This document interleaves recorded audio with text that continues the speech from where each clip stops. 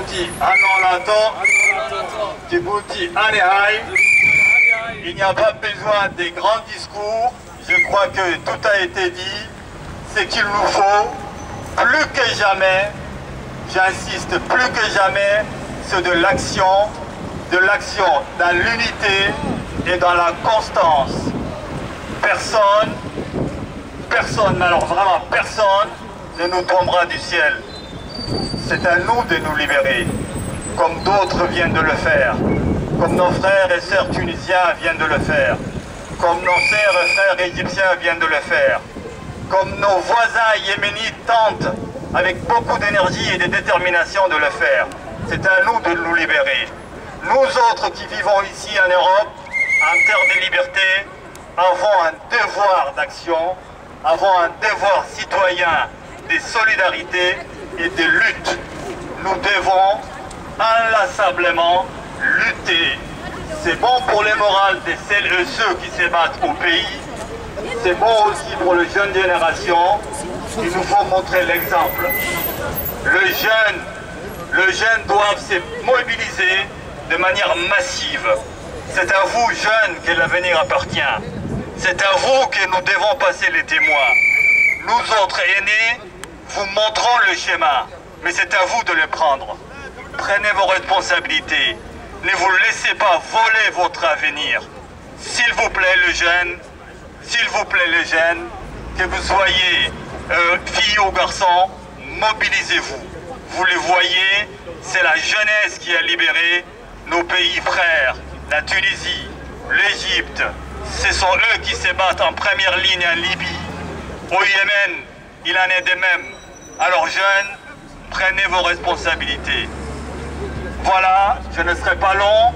Je finirai en vous disant qu'il y a une conférence tout à l'heure à 17h, 17h30 à l'espace Moselle. Vous pouvez y aller assez facilement.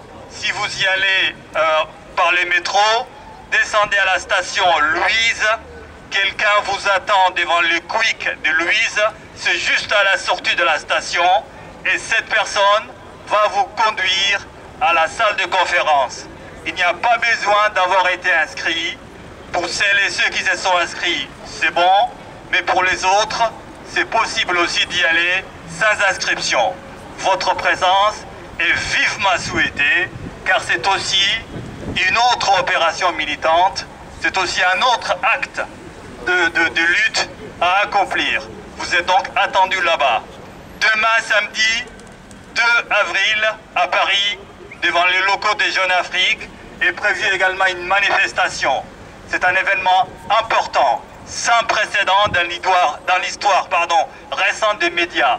C'est la première fois que des démocrates vont se mobiliser contre l'un des bastions médiatiques de la dictature en Afrique.